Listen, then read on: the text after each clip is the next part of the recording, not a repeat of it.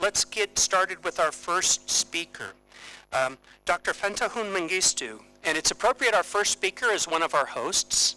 Dr. Mengistu is the Director General of the Ethiopian Institute of Agricultural Research, and he is a scientific leader here in Ethiopia, thought leader. So, Dr. Mengistu, would you get us started, please, sir? Good morning. Fresh from completion of the growth and transformation plan of Ethiopia, I have no doubt that agricultural research teamed up with intervention in other areas significantly contribute to bringing rural prosperity and poverty reduction through provision of demand-driven agricultural technologies, knowledge and evidence for policy to modernize, to contribute to modernizing agriculture, which is actually an early stage of development toward this prosperity and poverty reduction. I could have several cases to make actually in Ethiopia, but over the years, the agricultural research system, in collaboration with the international agricultural research systems, the CGIAR, have been able to provide proven technologies for our agriculture. And of course, our agriculture was on the rise for the last several years now, which has also significantly contributed to economic development. This is the real evidence which I can make from the grassroots level. But the impact, although several people have been removed out of poverty, but have not been able to make it as we desired actually. Not all people, or the majority of people have been removed out of poverty. This is simply because we don't address the farm level constraints to its entirety at system level. When I say system level, our small-scale farmers, especially in Ethiopia, as an example from Ethiopia, most rural settings they follow risk-averse, small-scale farming, running several enterprises in one, highly interdependent and highly interactive. Any innovation in one or a few of them may not bring actually a system level of productivity or a portfolio level of productivity and income growth. Rather, it might even create a disequilibrium. Analogy of the Liebig's law of minimum. A chain is only as strong as its weakest link. As we change one innovation in a portfolio, in farmer's portfolio, another relationship and another interdependence comes within the farmer's portfolio. If research is not aware of this, understand in this, and come up with innovations, all-round innovations toward this all farmers' portfolios, at least at early stage of development, we may not actually will have strong impact on the levels of the farmers. I can take, failure to look or independent look on farmers' portfolio. I raise one issue. The issue, an old-time example of crop residue. A soil scientist goes and tells to the farmer, use the crop residue. Another guy goes there and he says, they don't advise it for fuel, but the farmers use it for fuel. And another person comes and uses it for fertilizer. Fuel, fertilizer, feed.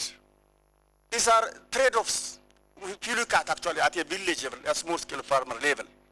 So our research system has to address each and every portfolio in a very integrated, in a very systemic way. Also, we need to address the value chains. We have been able to produce a huge amount of maize in this country, more than any other country in sub-Saharan Africa. At one time in point, the price has crashed actually, and the farmers were in problem. The farming system was simplified. Most farmers were growing maize. What do you do with this? So we researching it also to look at entirety. Again, this system level has to be expanded to actually agro-ecosystem level. on farming system level. I can again raise one issue, which development research I will always argue. Some people are keeping bees in the, probably in the watershed, in the upstream of the watershed. Others are spraying their chemicals on their crops. So there is conflicting. This is conflicting at system level.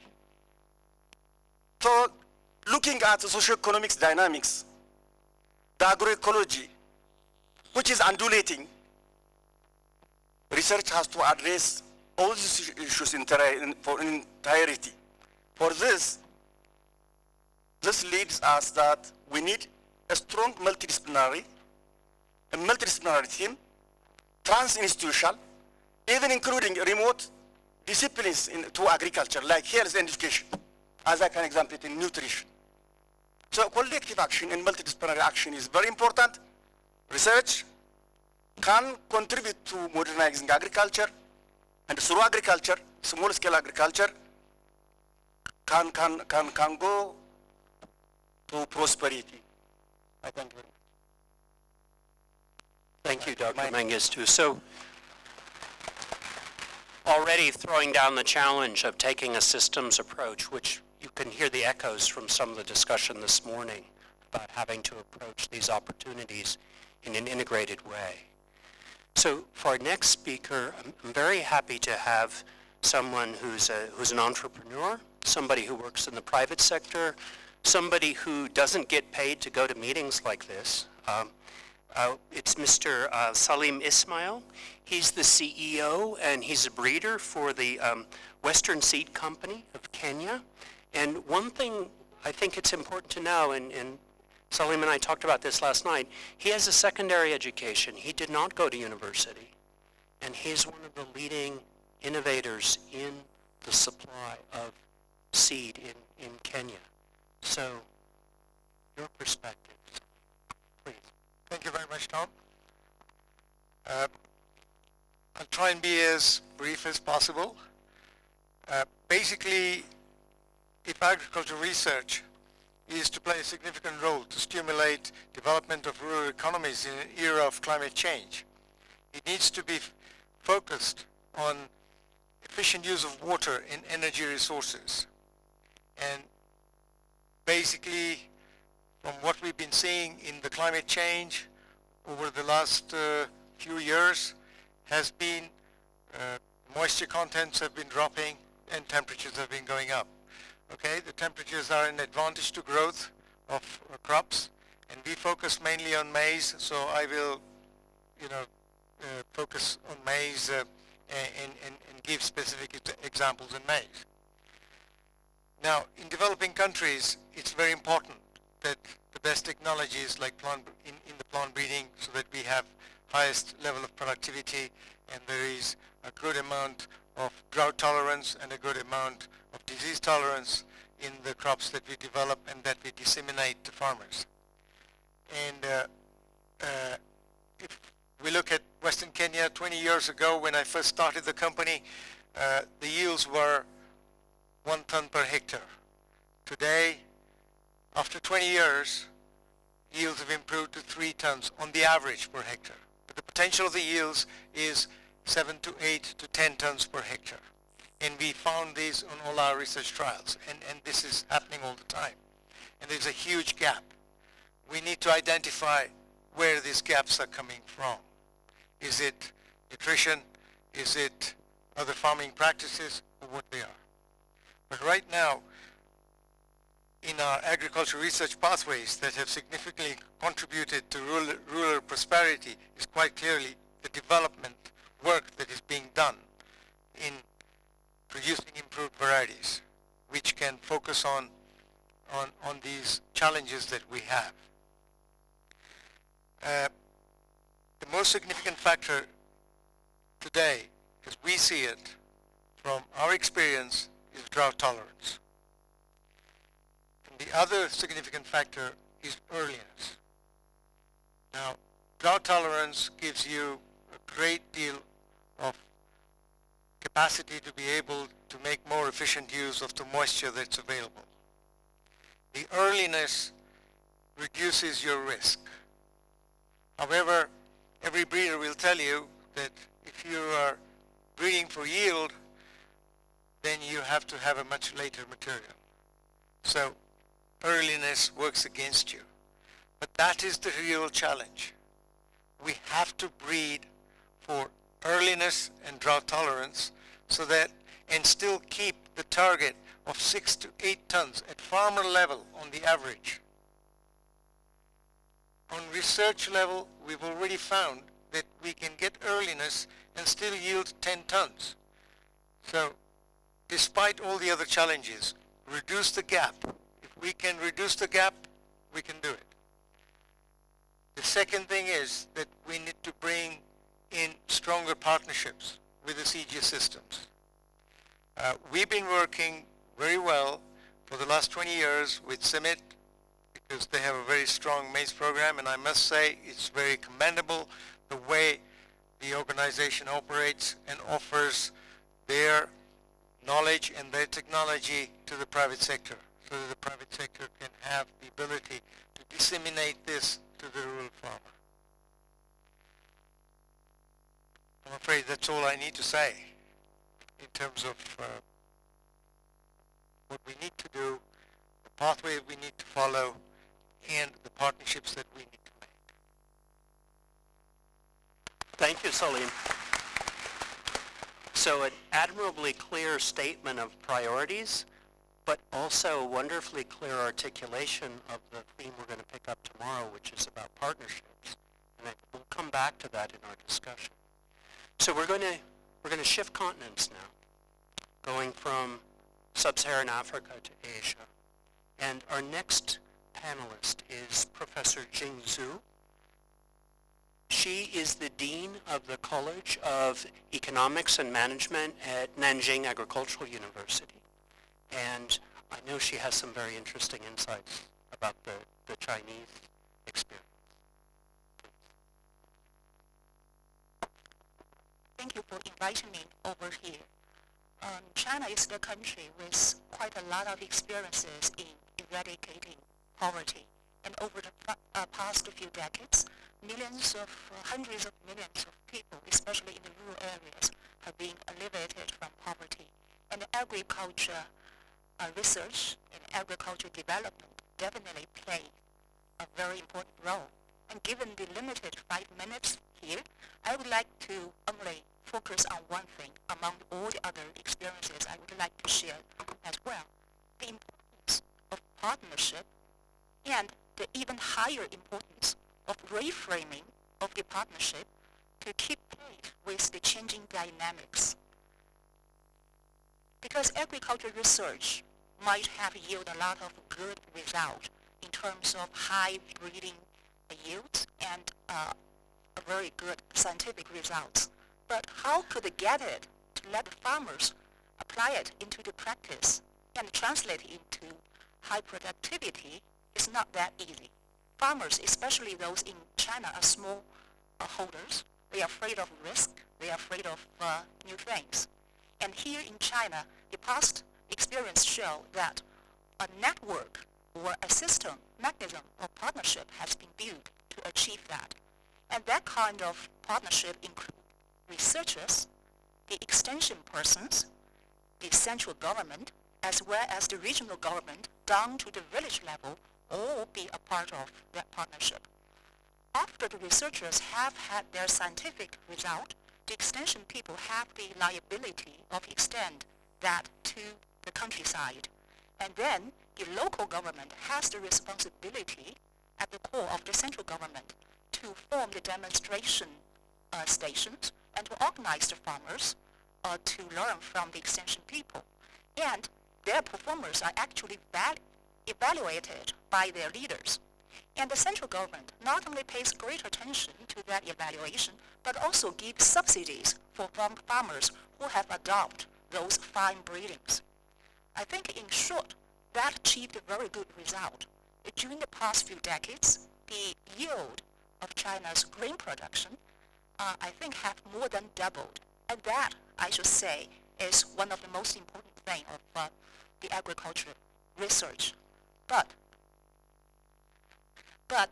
the system I think the partnership has its drawback because it is a top-to-down system.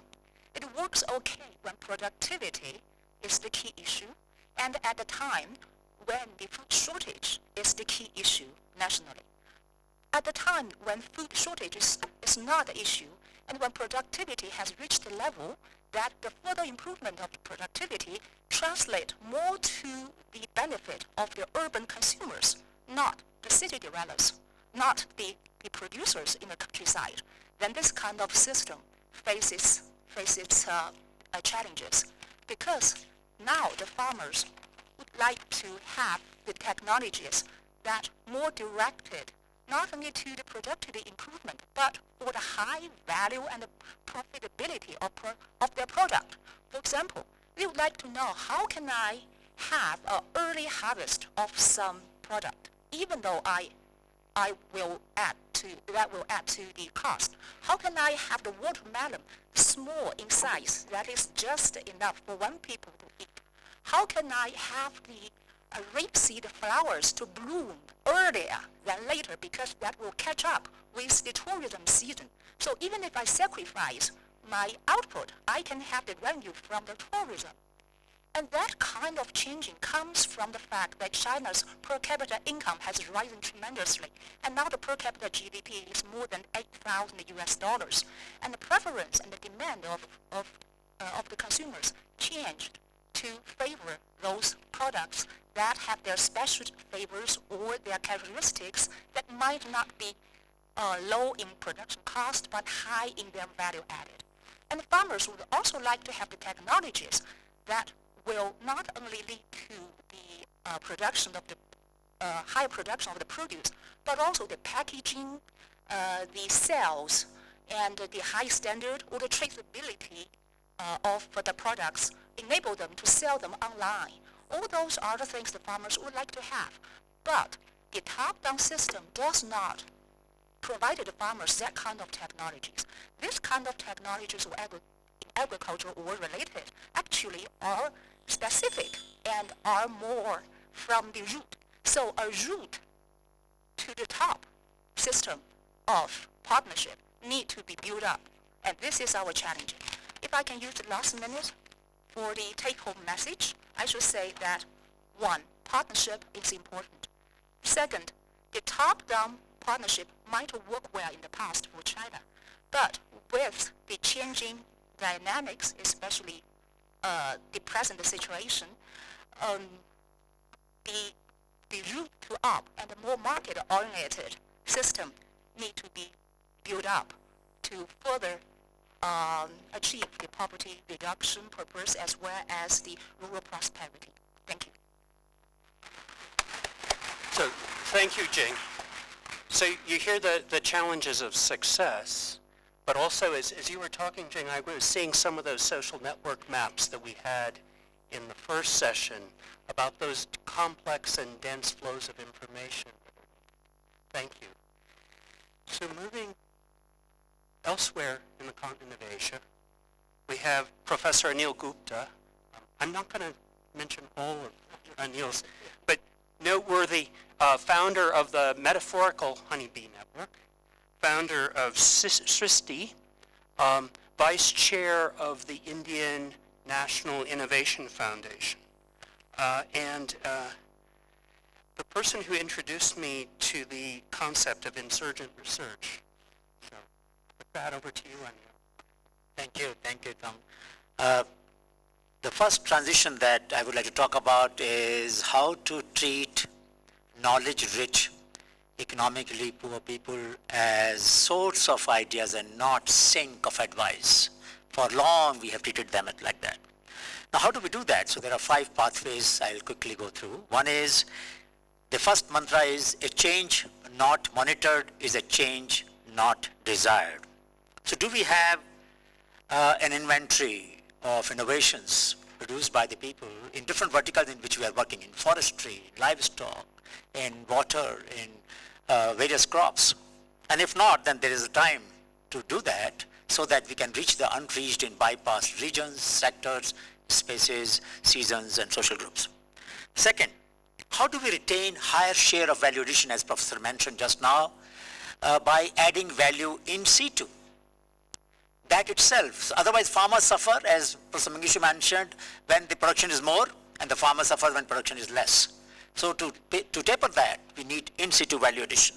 And for that, we need new partnerships with the roadside mechanics, with the village mechanics, with the mistris, juvakalis, to develop more value-adding enterprises, more value-adding machineries, the small machineries. Productivity of the worker will only improve if he or she has in her hand a tool or a machinery. The third is, why do we feel shy in sharing knowledge which is simple? It seems that the non-purchased inputs have lost favor with the scientist. It seems that unless technology is complex, it doesn't seem credible. If milk can be used as viral control, the first paper was published in 1935, and except of Ontario Agriculture Department, nobody else uses this recommendation, though Honeybee Network and Newsletter has published it for the last 2 decades and have numerous studies. Very low cost, very simple, and good science and behind it, and yet we have not yet been popularizing. We won't grow trap crops as well for the pest control or herbal pesticides. A farmer once told me in Shodhyatra, the learning walk, that all the plants which animals don't eat are a source of herbal pesticide. What a great summary in one sentence. This is wisdom. What I had was knowledge. How do we learn this wisdom and share it with the other farmers? The resilience through diversity of crops and other enterprises. The portfolio approach requires that we should not anymore restrict to any one enterprise. Farmers must have flexibility. How do they have flexibility? For long we have thought about microfinance. The time has come for micro venture finance. I would urge every institution should have a small risk fund to invest in the enterprises by the young people who would like to develop new choices for the people, and spread a new model of extension will emerge through enterprises, through entrepreneurship, innovation-based enterprises. And lastly, let me say that Honeybee Network has pooled tens of thousands of knowledge in open source. And yet we find such a scarcity of such knowledge in different continents today. We need new partnership between formal and informal science, between large and small corporations, between the grassroots entrepreneurs and the big entrepreneurs, between the big science and the science with the small s, so that we can generate new choices for the people. I'm quite hopeful that if we start monitoring the number of experiments started, stopped, or modified on the basis of the feedback from the farmers, we will learn to listen, we will learn to leverage, and we will learn to share those lessons in open as widely as possible. Thank you so much. 5 pathways in 5 minutes. That's quite an achievement. And I also heard the echo of the idea of a very different kind of set of flows of information being extended from the production focus that Professor Jing emphasized to actually more of a whole system, whole rural economy.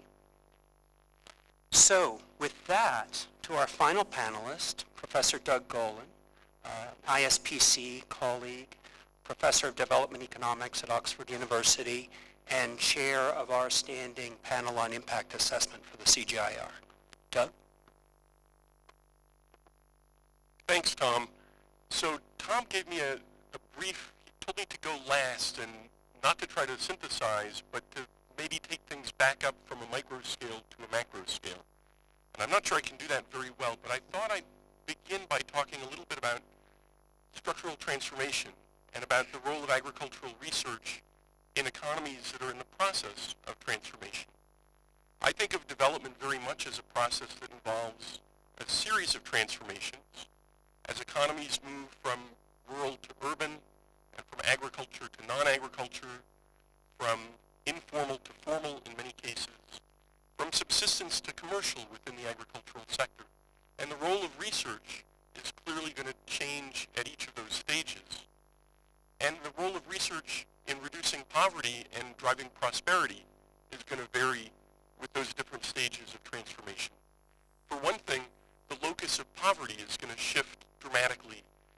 You move from situations where, as Stefan was saying this morning, the poor might be landless laborers, or they might be smallholders, to a world in which some of the poor, perhaps many of the poor, will be urban consumers. This has an important role in defining how we think about what kind of research will have an impact on poverty. I think the stages of transformation are something we need to pull back into the conversation, particularly since the numbers tell us that increasingly poverty is a problem not only of poor countries, but of middle-income countries. And the numbers are telling us that as we move into the next decades, the bulk of the world's poor will actually be in countries that define themselves as middle-income countries. Often, we need to think then of spatial and regional patterns of poverty. Poverty is not uniformly diffused across countries. And dealing with targeting research to remote pockets or to isolated areas of poverty calls for different strategies, perhaps, than dealing with economies where the entire population is still in quasi-subsistence. So I think in my head, I want to think very strongly about the ways in which we target both specific contexts and specific types of problems. Again, I hesitate. Tom was warning me a little bit ago against the idea that everything's so context-specific that we can't offer generalized recommendations. I don't want to go there. I do want to say in a couple of minutes that I have left, one thing I think, so I'm going to fly the flag for social science research and what that can contribute to our understanding of pathways out of poverty. I think one of the things that we've benefited from enormously in the last 20 years or so has been a fantastic increase in the quantities of data we have available. I think we still don't coordinate well enough in the kinds of data that we collect or the ways in which we use these data. But I think our understanding of where poverty is, what the characteristics of the poor are, has improved dramatically. And I think the implications that we've been able to draw for policy making have been profound. We have a much better idea of who the poor are, how they earn their livelihoods, how they spend their money, and that in turn I think tells us a great deal about what the targets are for agricultural science. So let me stop there. Thank you, Doug. I've never felt that you heeded my advice so well as today. Appreciate that. I think that there's a certain tension that's emerging here between context, which is clearly important, but also I hear almost as many similarities as I do contrasts. And my hope is that with the discussion here, carrying on to the breakout groups today and the regional breakout groups tomorrow, that part of our process can be to try to identify some of those sorts of patterns that Doug alluded to, that we can stitch back together on Thursday. We once had a consensus about structural transformation and its implications. I don't know if it's going to be possible again. But before we open up the discussion, I wanted to engage the panel for just a couple of minutes. And first, I also want to acknowledge Professor Gebisa Ejita, who was instrumental in helping me to conceptualize this panel. And we specifically comprise this panel of people who are CGIAR system outsiders, at least to some extent. And I don't want to implicate Gebisa in this particular point, but the next thing I want to do is actually to invite our panelists to share as candidly as they're comfortable something of their own insights of the CGIAR as a partner in rural prosperity, from your points of view, from your own organizations. It can be success stories, but it can also be about frustrations. So who would like to kick that off? What do we do? What does the CGIAR do right? And what can the CGIAR do better as a partner?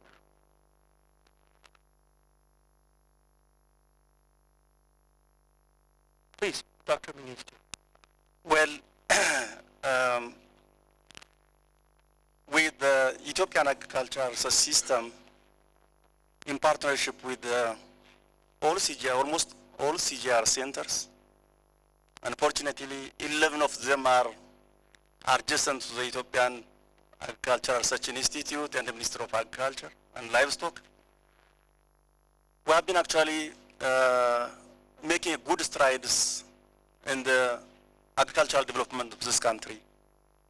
I can mention of the case of maize, I can mention of the case of wheat, beans, rice, potatoes. I can keep on mentioning and feeds that has become actually an important input to improve our agricultural productivity.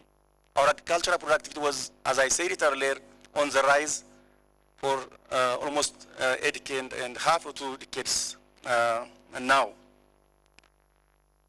Now the issue is, as I said it earlier, if you have to look the rural landscape, we need to look it in totality.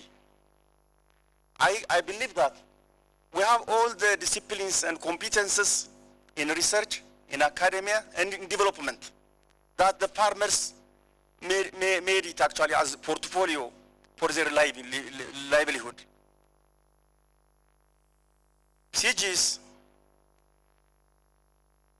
having organized as CRPs also, to deal with a certain team together, I feel, despite their good success so far, I feel that everyone is taking his own toll to the rural development, solve a given problem, he will come back. So multidisciplinarity is not enough to me. Interdisciplinarity, to understand together and to act together and to provide a harmonious solution for the entire profile of the farmer. So I think looking ahead, what's important is again to join our hands with a national partner and beyond, of course, as has been said, productivity increase, but also understanding the entire ecosystem, the policy aspects, especially the landscape, the agroecology, where agriculture actually stood upon. In this country, we have made aggressive and natural resource conservation for the last several years now. The ecosystem is recovering. But really, we are not helping the development actually in providing innovative solutions for land development and land management, upon which agriculture is actually entirely dependent on. So we need, actually, we are kind of more biased to enterprises. Probably number one is crop, followed by livestock. We are always forgetting the socio-economics, the policy aspects, and the agroecology itself. So I think we need to act together in a very interdependent and interdisciplinary manner, interinstitutional manner, if possible, in a cascaded and synchronized manner. If possible, including other sectors actually, development as well as research in health, research in education. This has to come together. Thank you very much. Thank you. So I hear about successes on the pathway of improved germplasm. So that's sort of everybody's number one pathway. But then kind of a shared challenge about how to address systems and livelihood portfolios, which we also heard about in the first session. But that sounded a lot like what you were talking about, Jing. And so in terms of partnerships, I could see the CGIAR playing a role, but maybe we should also be catalyzing direct collaboration between Ethiopia and Nanjing Agricultural University. What do you think about that? Okay. Did you want to jump in, Salim? And jump in. Thank you very much. Okay, in our program we've worked very well with the CG system. Specifically here is CIMIT in terms of the provision of being able to use the germplasm that they have developed because this is international public goods, and that has been absolutely excellent. I cannot emphasize how well CIMIT is run and how well they generate the new knowledge, the new technology, the new products, and they make these available and accessible to the private sector. I know they work very strictly with the government organizations in every country, and in a lot of countries it becomes a roadblock when private sector wants to access technologies from the CG system. and it has to go through the government system, then there could be certain amount of roadblocks. So CEMIT is working extremely well there. What they can do better, where they can even supply, they can give us the assistance in terms of not only the technology that they've developed, but in the skills that they have in-house. Because they are some of the best world's scientists who have the skills, who can help private sector to develop in-house skills of their own to be able to advance their work even further and to collaborate even more. The other areas where we require, like my colleague here said, about the interdisciplinary work that needs to be done. Now this is extremely important. I just mentioned earlier that we have research yields of 8 to 9 tons per hectare. And these are on earlier varieties which can yield a good crop in less than 4 months from planting to maturity. Now this is absolutely fantastic. Today, 8 to 9 tons can only be achieved in the Ethiopian highlands where the time taken is 180 days, which is 6 months. Now we need to reduce this because of climate change. So we need to have a little bit more, we need to identify where is the big gap. We are getting on research yields 8 to 9 tons, and on the farmer yields we're only getting 2 to 3 tons or 4 tons. Where is the big gap? The gap could be plant nutrition. So organizations in the CG system which are dealing with plant nutrition need to collaborate with the private sector either through CEMIT or directly. Organizations that are dealing with pest control, disease control. I mean, private sector is always looking for solutions, like solutions for funguses, for all the fungal diseases, solutions for insect control. These are only available through other private sector organizations like big companies who hold monopolies. The costs are very high. In developing countries, we need to reduce the cost. So we need the interdisciplinary interaction. The other thing we need is an interaction on policy and regulation with government, because these governments in most African countries are extremely protective towards the small-scale farmer, and rightly so. But sometimes this protection can become very negative and can reduce the transformation, or rather the dissemination of technology early enough to the farmers. We've heard it being said earlier that you're going to provide in 3 years what the government or the farmers want today. We should have provided that 3 years ago. Thank you very much. Salim, thank you very much. There's these two parallel pathways of what we think of as the breeding and agronomic research, but I'm really grateful to you for making a clear statement about the complementarity about policy research that goes hand in hand with that, around intellectual property, around certification of seed, around release of varieties. So important points in enriching our knowledge about the pathways. Jing, I wanted to bring you into it. I very glibly made this comparison between Ethiopia and China. Am I oversimplifying?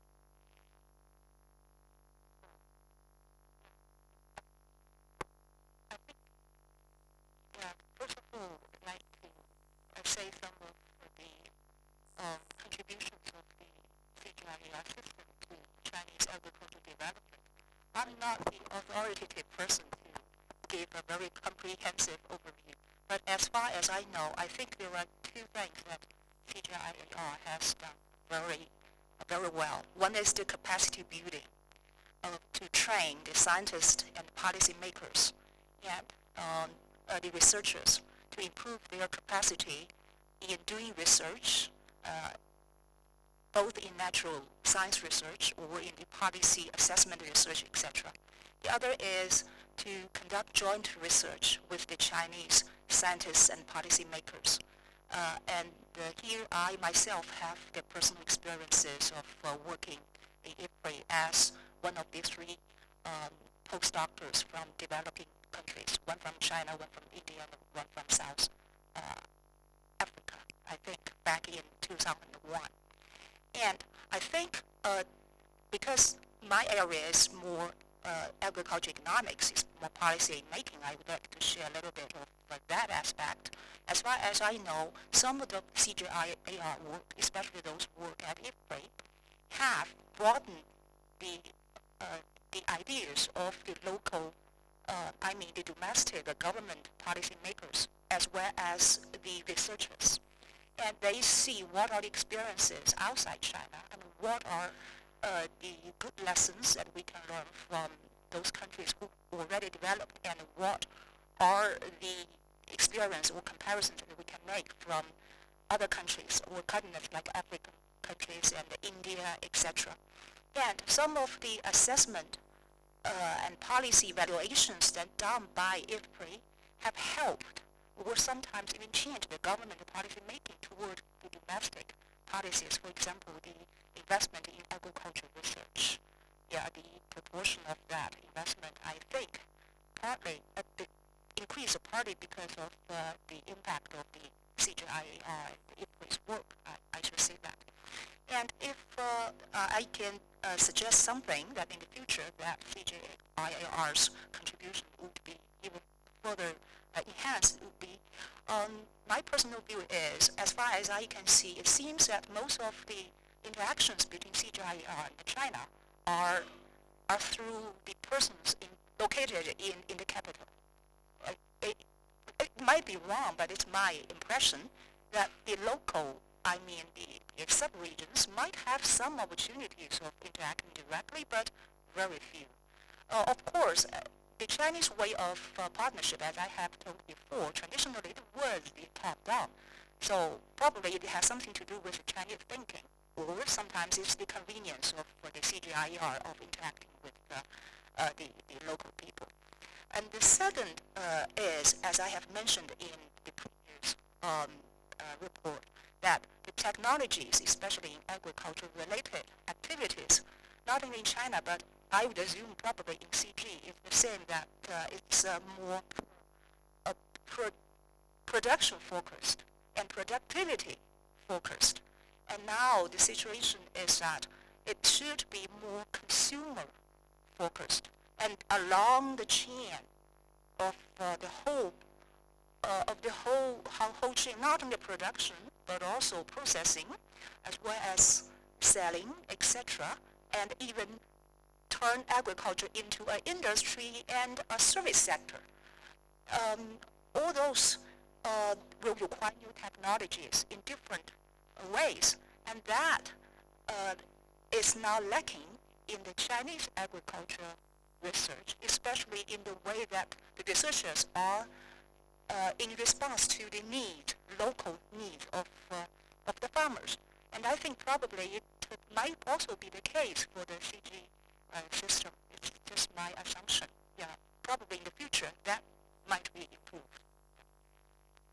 So thank you, Jing. So as I'm accounting for these different pathways, two that I pulled out from what you were saying was, one is the importance of capacity building as an investment in the long-term process.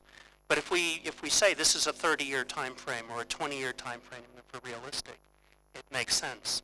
The other thing, though, that you said, which struck me, was comparative policy research, which IFPRI and others do, as a way of drawing out some of these patterns that can then inform reforms across many countries, is a valuable pathway too. Thank you. Preet, is it okay if we continue on this line just to round out? Okay.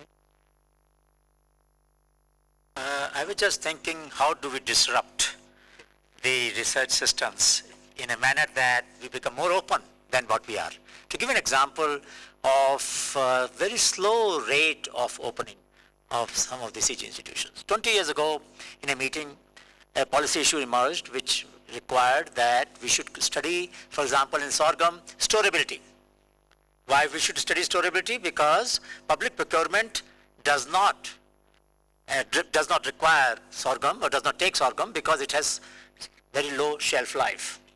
So I asked the question to the gene bank manager, do you, in your descriptors of sorghum, do you really look at storability? He said, storability is not a problem. My goodness, if it is not a problem, then why doesn't Government of India procure it? After 20 years, I'm told that we still have to do that change. Now, it is too long a time to learn. We should have brought by now storability as a necessary characteristic. And the examples are that if you look at etymology of local names that farmers have given to some of the varieties, they have Irungu Cholam, for example, in Tamil Nadu, which is iron-like sorghum, which is stored for a long time. So they are giving names to varieties for storability, and we will not learn from it. So I think we really can't keep patience with very slow pace of learning. We need some disruption. There are three kinds of disruption we can bring in. One is that 3D printing has disrupted the decentralized manufacturing. Can we do something similar in agriculture research where decentralized fabrication, decentralized shaping of technology, so we give half-cut cloth, the farmer tailors it to his body, you know? You get my point? For a location-specific conditions, farmer does the research, application research at the field level. We don't get into that process at all. We only give semi-stitched or semi-cut clothes. That is one disruption. Do-it-yourself movement. Second, the whole economy world over is moving towards shared economy. We are going towards more networked economy. I mean, today the amount of knowledge that is shared very quickly in different channels and gets regurgitated, gets redefined, reorganized is very fast, very high. And yet, if you look at, as I have been listening since morning, how much of knowledge, let us say, of soil health, plant health, animal health, and human health has been linked up, I don't find many.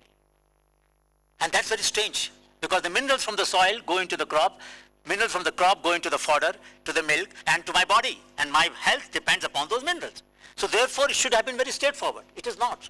So we need to really think of how do we create spaces where such walls will crumble very quickly. In the next 1 or 2 years, we should force people to work together so that they begin to think like a shared economy, shared network, shared such. We must put people together in those teams where they have no choice but to read each other's work and build upon it. That's very important. Third, which is very close to my heart, which is what I talked to Tom a little while earlier, innovation insurgent. How do we identify innovation insurgents? People who are completely at variance from our notion of good sciences or good researches. Portfolio word was used so many times. You know, how do you diversify portfolios? Naturally, crop, livestock, craft, trees, migration, all of that becomes part of portfolio. How do you generate dynamism in it? Now, if you look at 4 kinds of portfolios, high mean, high variance, high mean, low variance, low mean, high variance, and low mean, low variance. The most vulnerable people, the poor people, are low average yield, very high fluctuation. These are the most vulnerable people. Where do we take them? To high mean, high variance? No, we should take them to low mean, low variance first. And that requires very different research goal. So we probably haven't even prioritized our research according to the portfolio analysis, which is required for different regions, different sectors, and different societies. And I think that is a task which will generate a lot of innovation insurgents, because we will question the paradigm and the dogmas that we have been very close to our heart. So I hope we can retain Anil's sense of urgency throughout this meeting. And Doug, how would you disrupt the system? So I'll be brief and as provocative as I can be. The brief you gave us, I think, was to talk about our interactions as partners, as outsiders with the CG. And that's a little hard for me. I'm an academic.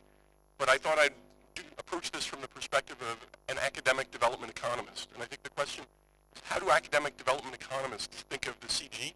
And how do academic development economists think of agricultural science?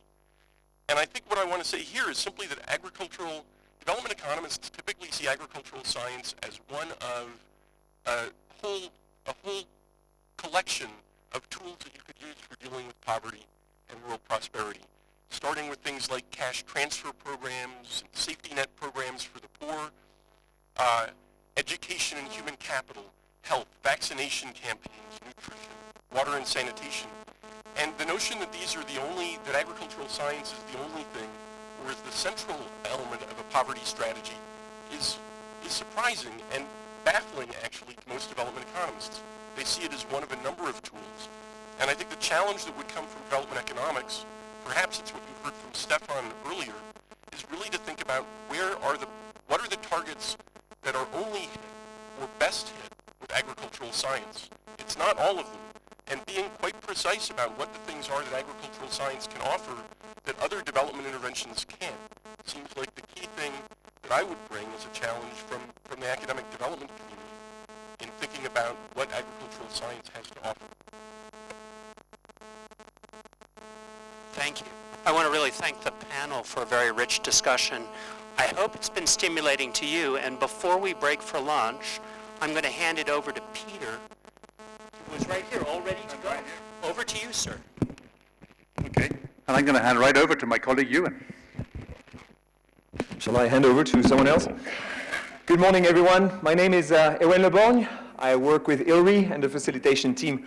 But this is not about me, it's about you. We've heard about a number of pathways to poverty alleviation. You also know about some of them that do work and also some of them that don't work. And that's what we would like you to reflect on in this little sequence before lunch, to think about what pathways do you know may work and what pathways do you know may not work. The may not work part is because we also want to make sure we don't reinvent the wheel in this conference and we actually look at the real opportunities, not the things we know are doomed to failure. So the way to do it is, I'm going to explain the process very briefly. There won't be very much plenary feedback. This is really for you to share your experiences and to process your thoughts about pathways that you know work or don't work. The way to do it is as follows, and we're going to have to really follow each step one by one. You're all going to grab a card. I'm going to run through this and then we'll do it together. You're all going to grab a card to individually and silently, the buzzing will come later, write down one pathway that you know works or doesn't work. Yeah? Each of you individually on a card for 1 minute.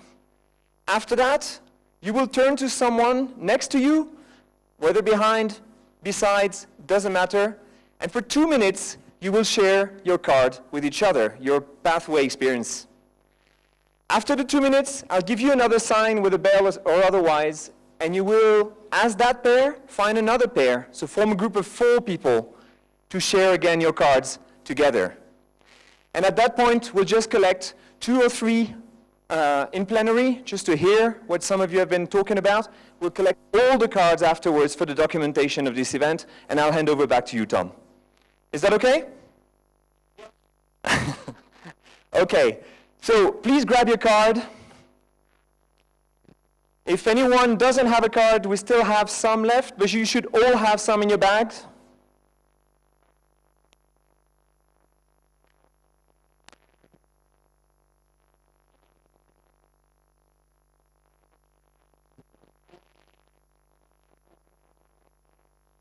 Do you all have your card?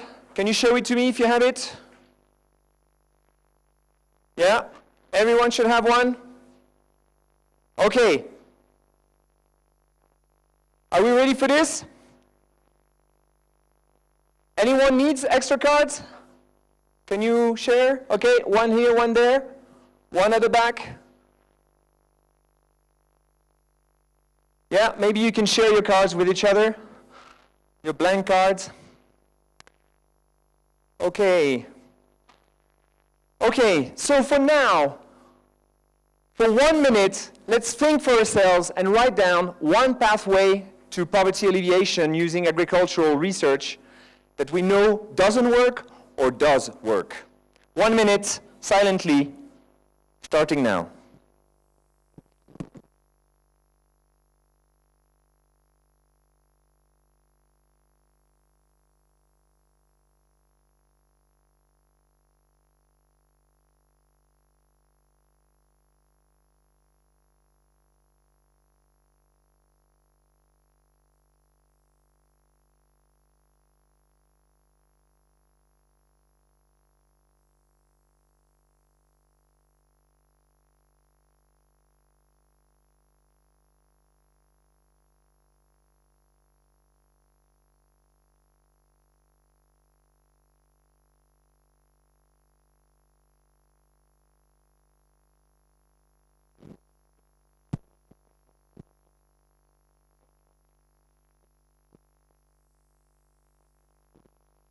Few seconds.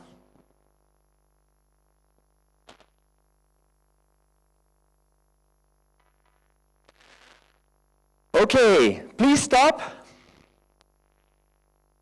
Now, turn to a neighbor around you, and you have 2 minutes to share your card with each other. What is the pathway from your experience that doesn't work or that does work? 2 minutes in only groups of 2.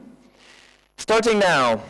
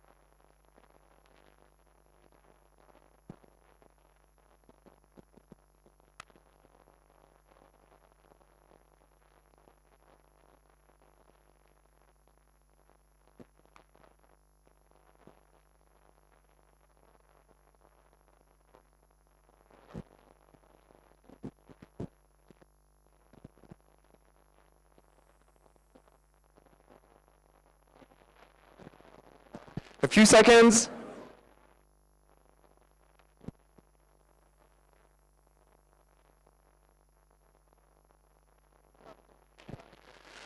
Okay, please stop. Please stop. We will continue talking in our groups of 4. Can I have your attention, please? Okay, so now, as a pair, find another pair. So in groups of 4, share your cards for 4 minutes, pathways, and we'll collect the cards afterwards. 4 minutes starting now.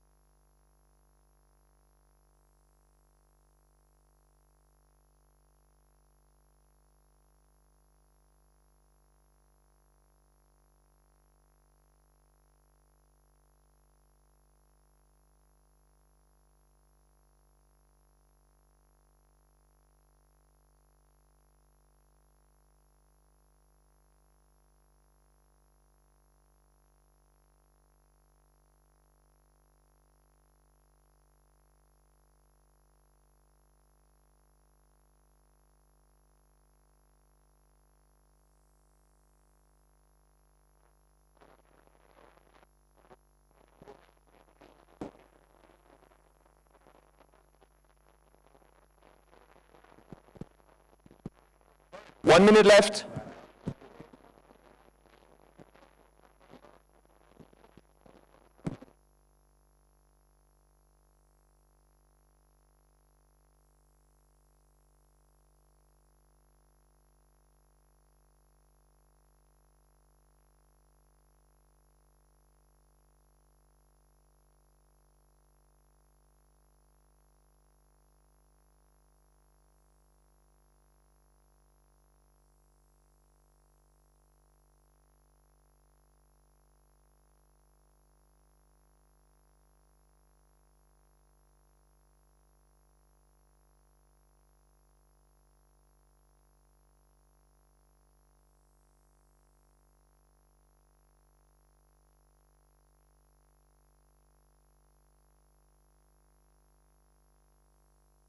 A few seconds.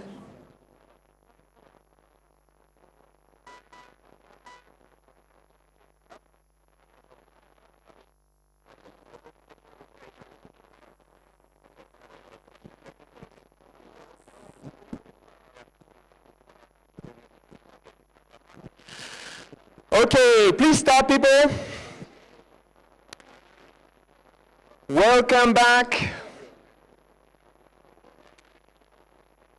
We need your attention if we want to finish and go for lunch.